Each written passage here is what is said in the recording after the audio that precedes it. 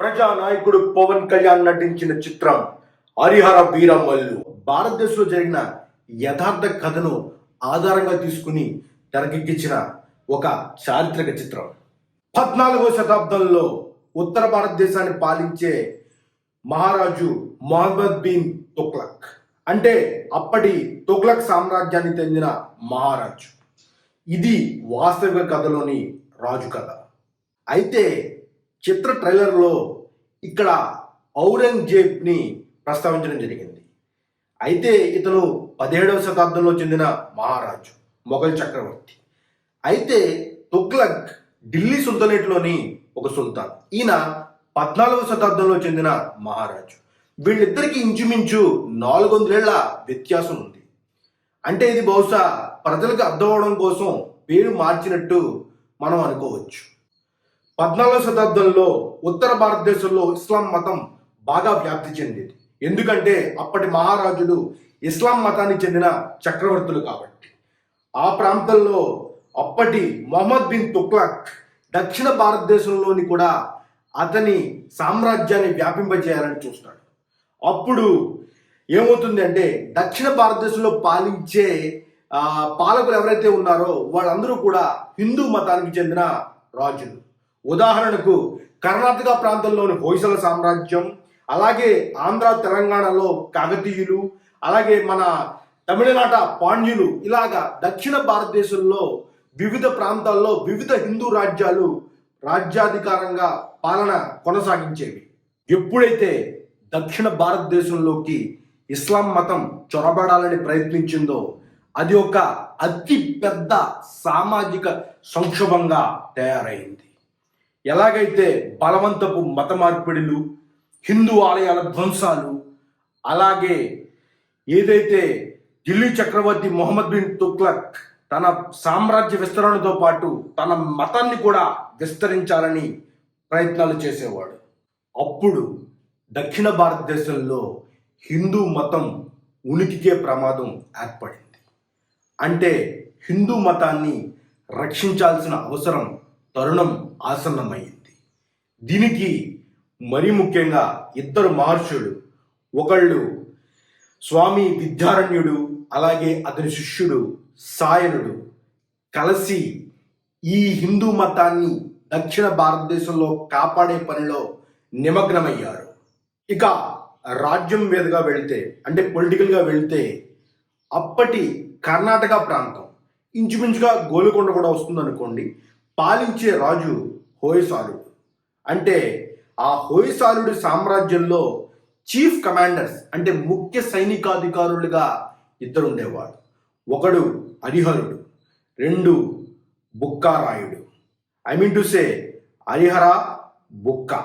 ఇద్దరిని మనం ముద్దుగా హరిహర, బుక్క అంటే హక్క బుక్క అని పిలుస్తాం. అంటే ఈ చిత్ర కథానాయకుడు హరిహరుడు, అంటే హరిహర వీరమల్లుడు. ముద్దుగా మనం హక్క అంటాం. అంటే మన నాయకుడు పవన్ కళ్యాణ్ నటించిన హరిహరుడి పాత్రే ఈ హరిహరుడి వీరమల్లు. ఎప్పుడైతే ఈ ఢిల్లీ సుల్తాన్ దక్షిణ భారతదేశం వైపు దండయాత్రలు చేసినప్పుడు ఈ హొయసల సామ్రాజ్యంలోని హక్క బుక్కలను ఓడించి, అంటే మన హరిహరుణ్ణి అతని సోదరుడు బుక్కరాయుణ్ణి ఓడించి బంధించి ఖైదు చేసి ఢిల్లీ పట్టుకెళ్ళడం జరుగుతుంది. ఎప్పుడైతే ఢిల్లీ సుల్తాన్ దక్షిణ భారతదేశం వైపు దండయాత్రలు చేశారో ఈ హొయసల సామ్రాజ్యంలోని ఈ హక్క బుక్క అంటే హరిహరుడు తిరగబడడం జరుగుతుంది. అయితే అతన్ని ఓడించి బంధించి ఖైదు చేసి ఇస్లాం మతంలోకి మారుస్తాడు అప్పటి చక్రవర్తి మొహమ్మద్ బిన్ తుగ్లక్. బహుశా ఈ చిత్రంలో అది ఔరంగజేబ్ కావచ్చేమో. ఇలాగా ఇస్లాం చక్రవర్తి చేతిలో ఓడిపోయిన హక్కా బుక్క అంటే హరిహర బుక్కరాయులను దక్షిణ భారతదేశం వైపుకు తిరిగి వాళ్ళ సొంత రాజ్యాల మీదకే దండయాత్రకు పంపుతాడు ఇస్లాం చక్రవర్తి.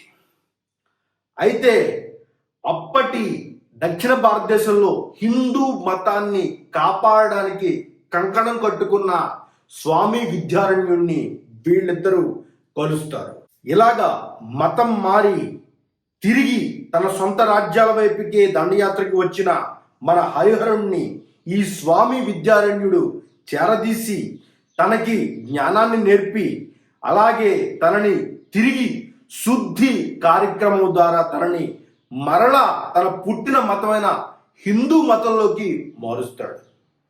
ఇది విరూపాక్షుని ఆలయంలో అంటే హంపీలో ఉన్న విరూపాక్షుని ఆలయంలో జరుగుతుంది. హరిహరుణ్ణి అలాగే అతని సోదరుడు బుక్కరాయుణ్ణి శుద్ధి కార్యక్రమం ద్వారా విరూపాక్షుడి ఆలయంలో మతం మార్చిన స్వామి విద్యారణ్యుడి సహాయంతో 14వ శతాబ్దంలో హంపిని రాజధానిగా చేసుకుని మొట్టమొదటి విజయనగర సామ్రాజ్యాన్ని స్థాపించడం జరుగుతుంది. విజయనగర సామ్రాజ్యం కేవలం దక్షిణ భారతదేశంలో హిందూ మతాన్ని రక్షించే దానికి కంకణం కట్టుకున్న స్వామి విద్యారణ్యుడు అలాగే అతని సోదరుడు సాయునుడి సహాయంతో స్థాపించబడుతుంది. అంటే విజయనగర సామ్రాజ్యానికి మొట్టమొదటి చక్రవర్తి మన హరిహరుడు, హరిహర వీరమల్లుడు. ఇతను సంగమ వంశానికి చెందిన మహారాజు. అంటే విజయనగర సామ్రాజ్య స్థాపన మొట్టమొదటి లక్ష్యం ఇస్లాం మతాన్ని దక్షిణ భారతదేశంలో వ్యాప్తి చెందకుండా రక్షించడం. ఈ సామ్రాజ్య స్థాపకుడు మొదటి చక్రవర్తి హరిహరుడు. అంటే మన చిత్ర కథానాయకుడు హరిహర వీరమల్లుడు. కొద్దిగా ఇంకొంచెం ముందుకు వెళ్తే విజయనగర సామ్రాజ్యంలో ప్రముఖ వంశాలుగా సంగమ వంశం, ఆరవీటి వంశం, తుళువ వంశం, సాల్వ వంశం. శ్రీకృష్ణదేవరాయలు ఇక్కడ తుళువ వంశానికి చెందిన మహారాజు, ప్రముఖ రాజు కూడా. ఇది మన ఈ హరిహర వీరమల్లుడి అసలు కథ. ధన్యవాదాలు.